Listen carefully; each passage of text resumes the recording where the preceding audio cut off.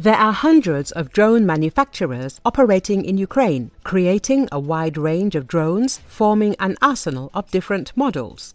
Ukrainian birds are flying from all sides. Analysts see both pros and cons in this process, writes Business Insider. Ukraine produces most of its drones domestically, which is critical given the role drones play in the war and the instability of Western aid. According to official figures, 96% of the 1.5 million drones purchased last year were made in Ukraine, often in workshops and garages. Ukraine has simplified the transfer of technology to the military by bypassing traditional bureaucratic procedures. Many units obtain drones through crowdfunding, buying civilian models.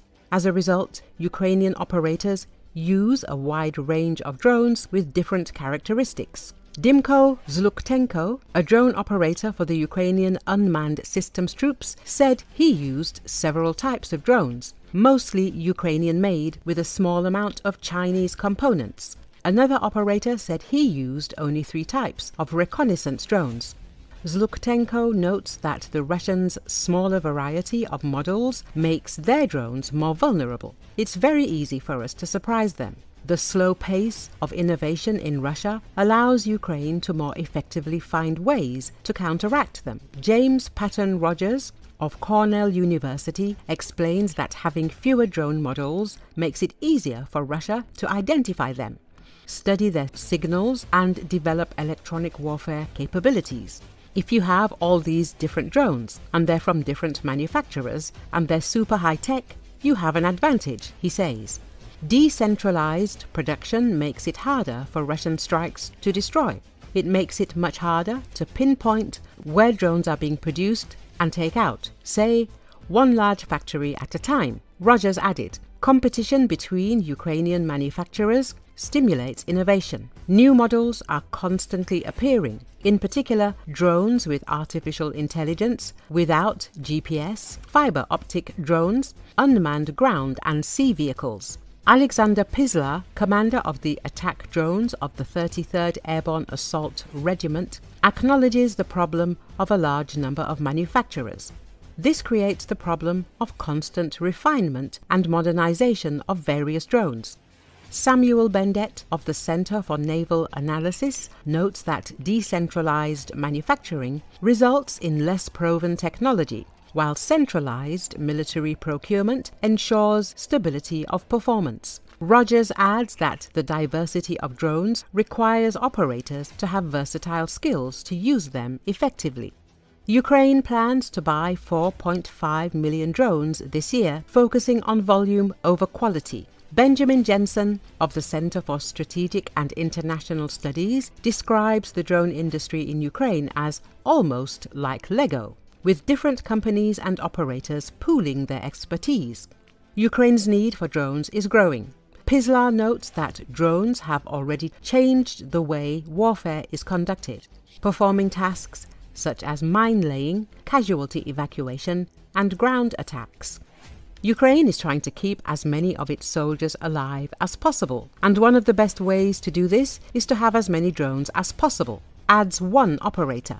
Earlier, Deputy Commander of the Air Mobile Battalion of the 79th Separate Airborne Assault Brigade, Bohdan Janusz, said that fiber optic drones have a serious drawback. According to him, the reason is that FPV drones on fiber optics cannot be jammed using electronic warfare systems. The Ukrainian Armed Forces also showed off a new drone gun, Lucky Strike. The military says that such a drone allows for the methodical production of the enemy Mavic population over the contact line.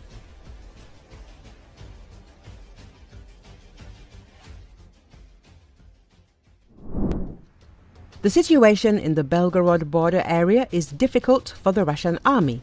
Very intensive military actions are underway. This was reported by the Z Resource Northern Channel associated with the Russian armed forces.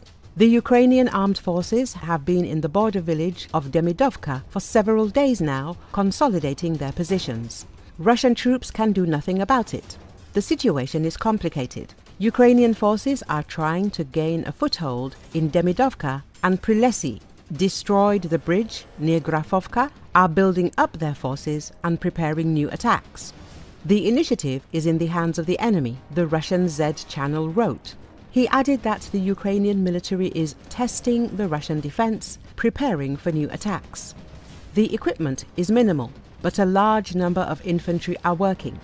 Meanwhile, in the Kursk region, the Russian offensive has stopped, having run into the Ukrainian line of defense.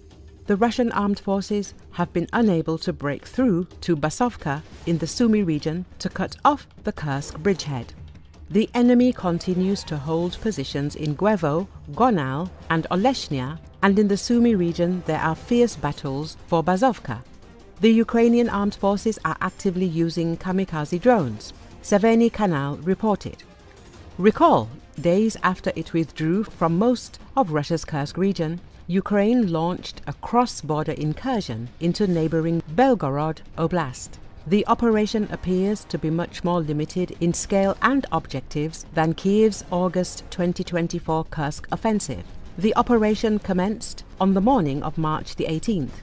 Ukrainian forces conducted multiple waves of attacks toward the villages of Demidovka, Prelesy, and possibly Grafovka, located near the juncture between Ukraine's Sumy region and Russia's Belgorod and Kursk regions. The Ukrainians appear to have advanced in small columns variously composed of infantry fighting vehicles, tanks and ATVs. Wisent 1 MC, IMR-2 and UR-77 obstacle-clearing vehicles carved a path through Dragon's Teeth obstacles and minefields near the border. Ukraine claimed to have conducted an airstrike on a Russian command post of a 3rd Motor Rifle Division unit near Demidovka the day the incursion began. The attacking forces were likely also supported by artillery and first-person view strike drone units. Whether the Belgorod incursion is intended as a brief raid or a long-term operation is unclear. Ollie Carroll of The Economist reported that Kyiv had been planning the operation for 3 weeks and aims to establish a buffer zone, suggesting an intention for a sustained presence. President Volodymyr Zelenski similarly characterized the operation as a defensive measure to prevent a potential Russian offensive in Sumy Oblast. LWJ has observed no evidence that a Russian offensive across the Belgorod-Sumy border was imminent.